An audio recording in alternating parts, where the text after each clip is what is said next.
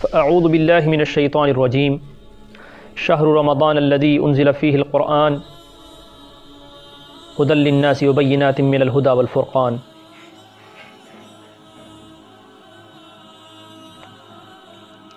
محترم ساتھیو، رمضان المبارک کا مہینہ، اور ہم یہ آپ سب جانتے ہیں کہ یہ بڑا بابرکت مہینہ ہے، اور اللہ تعالیٰ کی رحمتیں اس کے اندر اتنی اترتی ہیں کہ نفلوں کا ثواب فرضوں کے برابر کر دیا جاتا ہے، اور اگر فرضوں کو 70 درجہ بڑھا دیا جاتا ہے، 70 فرضوں کے برابر کر دیا جاتا ہے، تو اللہ تعالیٰ کی جو سخاوت عام ہوتی ہے آپ اسی سے لگاتے ہیں کہ اللہ تعالیٰ کا یہ خصوصی مہینہ ہے، اور اللہ تعالیٰ اپنے بندوں کو اس ماہ کے اندر نوازنا چاہتے ہیں، کچھ دینا چاہتے ہیں، کچھ عنایت کرنا چاہتے ہیں، لہٰذا رمضان المبارک کا بہت زیادہ احترام اور اہتمام ہم لوگوں کے درمیان اور ہمارے دلوں میں ہونا چاہیے۔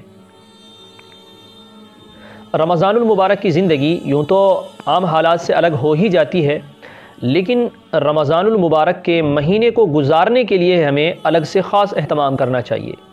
یوں سمجھ لیجئے کہ اگر آپ کے گھر کے اندر کوئی گیسٹ آنے والے ہوں، کوئی مہمان آنے والے ہوں، تو اگر وہ اسپیشل گیسٹ اور اسپیشل مہمان ہیں تو یقیناً ہم اس کے لیے گھر کی صفائی کرتے ہیں، گھر کو سجاتے ہیں، اچھے سے مزین کرتے ہیں، ان کے بیٹھنے کا انتظام کرتے ہیں، بہترین کھانوں کا انتظام کرتے ہیں، گویا کہ ہر طرح کی جو ایک سہولیات ہو سکتی ہیں یا محبت اور احترام والی چیزیں ہوتی ہیں وہ اپنے آنے والے مہمان کے لیے ہم لوگ کرتے ہیں۔ یہ رمضان المبارک کا مہینہ بھی ہم لوگوں کے لیے مہمان کی طریقے سے ایک مہینے کے لیے آ رہا ہے، لہٰذا ہمیں اس کے لیے خصوصی اہتمام، خصوصی احترام ہمیں کرنا ہوگا۔ اس کا خصوصی احترام کیا ہوگا؟ اس کا خصوصی احترام یہ ہے کہ ہم رمضان المبارک کو بہت ترتیب کے ساتھ گزاریں اور عبادات میں زیادہ سے زیادہ وقت لگائیں، قرآن کریم کی تلاوت میں زیادہ سے زیادہ وقت لگائیں، اللہ سے رجوع کریں، اللہ سے توبہ مانگیں، اور اللہ سے اس کے فضل کو مانگیں، اللہ سے جنت کا سوال کریں، اللہ سے دوزخ سے بچنے کا سوال کریں، اور اللہ تعالیٰ سے اپنے آپ کو، اپنے گھر والوں کو، اپنی نسلوں کو دین پر ثابت قدم رہنے کی دعائیں کریں۔ ایک حدیث میں ہے کہ اگر کوئی آدمی روزے دار کو افطار کرا دیتا ہے تو اللہ تعالیٰ اس مومن کے رزق کے اندر وسعت پیدا فرما دیتے ہیں، اسی طریقے سے اس کی گناہوں کی مغفرت فرما دیتے ہیں، اس کے درجات کو بلند فرما دیتے ہیں۔ تو اس میں جو یہ حدیث میں بیان فرمایا گیا ہے کہ جو آدمی کسی روزے دار کو افطار کرائے، تو صحابہ اکرام اللہ ان کو جزائے خیر دے کہ وہ پوچھ لیا کرتے تھے، انہوں نے سوال کیا کہ اللہ کے رسول، ہم میں سے تو بعض ایسے ہیں جو غریب ہیں، افطار نہیں کرا سکتے ہیں۔ تو دراصل ان کے سوال میں یہ تھا کہ افطار کا مطلب کھانا کھلایا جائے، مہمانوں کو بلایا جائے، دعوت کی جائے۔ تو حضور نے آسانی پیدا فرماتے ہوئے کہا تھا کہ آپ اگر کسی کو ایک کھجور کے ٹکڑے سے بھی اگر آپ افطار کرا دیتے ہیں تو یہ وہی فضیلت حاصل ہوگی۔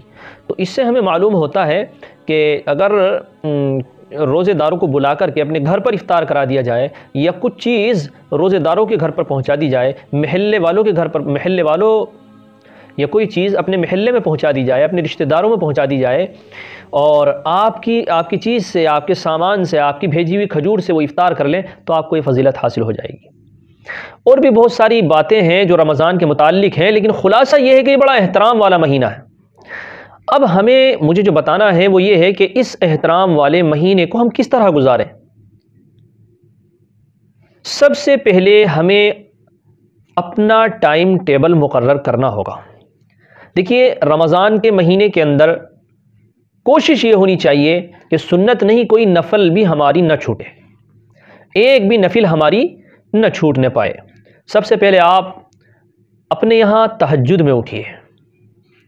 سحری کھانے کا مطلب صرف پیٹ بھرنا نہیں ہے، بلکہ آپ اللہ کے سامنے سحری کھانے سے پہلے جھک جائیں۔ عام مہینوں میں تہجد کی توفیق نہیں ہوتی ہے، لیکن رمضان کا مہینہ ایسا ہے کہ آپ اس میں آرام کے ساتھ تہجد پڑھ سکتے ہیں۔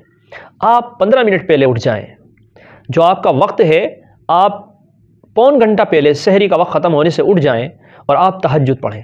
2 رکعت آسانی سے ہوں، 4 ہوں، 6 ہو، 12 تک آپ جتنی آسانی سے چاہیں پڑھ سکتے ہیں۔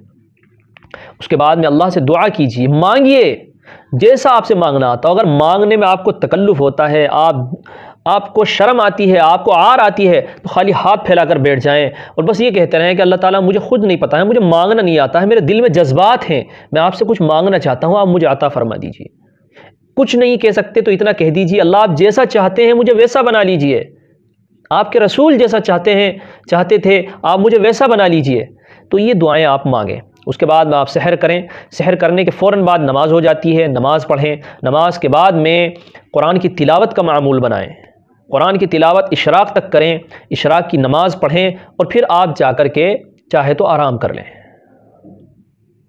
اور اگر آپ کا کوئی کام ہے، کاروبار ہے، تو آپ کاروبار پر لگ جائیں۔ بہرحال آرام کرنے کے بعد میں جب تک جیسا آپ کی طبیعت کو بشاشت ہو سکتا ہو اس وقت تک آرام کریں، اور اس کے بعد اٹھنے کے بعد میں اگر آپ کامدار آدمی ہیں تو آپ اپنے کام پر چلے جائیں، اپنے کام کو دیکھیں، اپنے کام وغیرہ میں لگ جائیں۔ اس کے بعد قرآن کی تلاوت کا معمول بنائیں جتنا زیادہ ہو سکتا ہو، بار بار۔ ایسا نہیں کہ اگر فجر میں معمول ہے تو اب ظہر میں نہیں دیکھنا ہے یا دوپہر کو نہیں دیکھنا ہے، نہیں، ہر بار، ہر نماز کے بعد، ہر نماز سے پہلے قرآن کی خوب تلاوت کرنی ہے، پھر قرآن کی تلاوت کریں۔ ظہر کی نماز پڑھیں، ظہر کی نماز پڑھنے کے بعد میں پوری مکمل پڑھیں، پہلے کی سنت، فرض، بعد کی سنت، بعد کی نفلیں بھی پڑھیں۔ رمضان کے اندر اس کا خاص معمول بنائیں۔ اسی طریقے سے پھر آپ اپنا قرآن کی تلاوت کے معمول کو آگے بڑھائیں، قرآن پڑھیں، ایک رکوع پڑھیں، آدھا پارہ پڑھیں، ایک پاؤ پڑھیں، جتنا آسانی سے ہو سکتا ہو آپ زیادہ سے زیادہ قرآن پڑھیں۔ اس کے بعد میں آپ اپنے کاروبار پر لگ سکتے ہیں، آپ کے سونے کا معمول ہے تو آپ سو سکتے ہیں، اور عصر کی نماز پڑھیں۔ عصر کے بعد میں اگر آپ کامدار ہیں، کاروبار ہیں، تو اپنے کاروبار کو دیکھیں، لیکن افطار سے آدھا گھنٹہ پہلے آپ اپنے گھر پر پہنچیں، اپنے گھر پر افطار کا انتظام دیکھیں، کیا کیا چیزیں ہیں ان کو دیکھ کر کے سب لوگوں کو بٹھائیں، اور بٹھانے کے بعد افطار سے 5 منٹ قبل سب لوگوں کو یہ تاکید کر دی جائے کہ تمام لوگ، کھانا بنانے والے، کھانا کھانے والے، گھر کے سارے افراد یا جو بھی آپ کے ساتھ افطار کرتے ہیں، وہ سب فوراً دسترخوان پر آ کر بیٹھ جائیں، اور اب اللہ کے سامنے ہاتھ اٹھائیں۔ یہ بڑی قبولیت کا وقت ہوتا ہے، کیونکہ رب کریم دیکھتا ہے کہ تمام چیزیں بندوں کے سامنے رکھی ہوئی ہیں، لیکن میری رضا کے لیے یہ بندہ نہیں اپنے منہ کے اندر داخل کر رہا ہے۔ تو ایسے وقت میں خوب دعائیں مانگیے، جو مانگ سکتے ہو اپنے لیے مانگیے، امت مسلمہ کے لیے مانگیے۔ اس کے بعد مغرب بعد جو آپ کا معمول ہو کیجیے، عشاء کی نماز پڑھیں، تراویح پڑھیں، اور تراویح بالکل نہ چھوڑیں۔ ایسا نہ ہو کہ آپ غفلت کے چکر میں اور کاہلی اور سستی کی وجہ سے تراویح کی نماز کو ترک کر دیں۔ نئی تراویح کا اہتمام بنائیں، مسجد کے اندر جائیں، مسجد کے اندر مکمل تراویح پڑھیں، مکمل مہینے پڑھیں۔ تو اس طرح اپنے ٹائم کو مقرر سب سے پہلے کرنا بہت ضروری ہے۔ جب آپ کا ٹائم ٹیبل بندھا ہوا ہوگا تو بڑی سہولت اور آسانی کے ساتھ آپ کا رمضان گزرے گا۔ اور بہت سارے لوگ رمضان کے مہینے کے احترام کو نہیں سمجھتے ہیں، وہی آفت، اسٹوریوں پر گانے لگانا، اپنے فوٹو پر گانے لگا کر پھر اسٹوری پر لگانا، میوزک لگانا۔ اللہ کے بندو، یہ رمضان کا مہینہ ہے۔ ایک زمانہ ایسا تھا، ہم نے بچپن میں دیکھا کہ لوگ اپنے ٹی ویوں کو پیک کر کے رکھ دیا کرتے تھے کہ رمضان آ رہا ہے۔ اب عجیب صورتحال ہے، رمضان کے مہینے میں بھی میوزک آ رہا ہے، گانے سن رہے ہیں، گندی فلمیں دیکھ رہے ہیں۔ کچھ نہیں ہوتا تو بہت سارے لوگ سیریل دیکھ رہے ہیں، پاکستانی ڈرامے دیکھ رہے ہیں، انڈین ڈرامے دیکھ رہے ہیں، اور اپنا وقت روزے کا اس طرح کاٹ رہے ہیں۔ العیاذ باللہ، اللہ حفاظت فرمائے۔ یعنی آپ وقت گزارنے کا نام رمضان سمجھ رہے ہیں؟ ہمیں سوچنا ہوگا ہم کن چیزوں میں لگا رہے ہیں۔ انٹرنیٹ کو کم کر دینا ہے، ختم کر دینا ہے، بند کر دینا ہے، جیسے آپ کی سہولت ہو۔ جس طرح سے آپ کے بچپن میں ٹی ویوں کو پیک کر دیا جاتا تھا، اسی طریقے سے آپ اپنے واٹس ایپ، فیس بک وغیرہ کو بند کر کے رکھیں یا محدود کر کے رکھیں، اور اپنا زیادہ سے زیادہ وقت عبادت کے اندر گزاریں۔ اگر آپ اس طریقے سے رمضان گزاریں گے تو آپ لذت محسوس کریں گے، اور آپ سکون محسوس کریں گے، اور آپ دیکھیں گے کہ اب سے پہلے جو ہم نے رمضان گزارا ہے وہ اتنا پرسکون نہیں گزار پائے جتنا اس مرتبہ اگر ہم نے جو میں نے باتیں بتائی ہیں اس کے مطابق گزاریں گے تو آپ کو محسوس ہوگا۔ بہرحال رمضان ہمارے قریب ہے، اللہ تعالیٰ اس کے اندر جو وعدے ہیں، اللہ تعالیٰ ان تمام وعدوں کے مطابق ہم لوگوں پر رحمت فرمائے، اور ہم سب لوگوں کی مغفرت فرمائے، ہم سب لوگوں کو رمضان کا احترام کرنے والا بنائے، اور اللہ تعالیٰ ہم لوگوں کو زیادہ سے زیادہ عبادت کرنے کی توفیق عطا فرمائے۔ والسلام ورحمۃ اللہ وبرکاتہ۔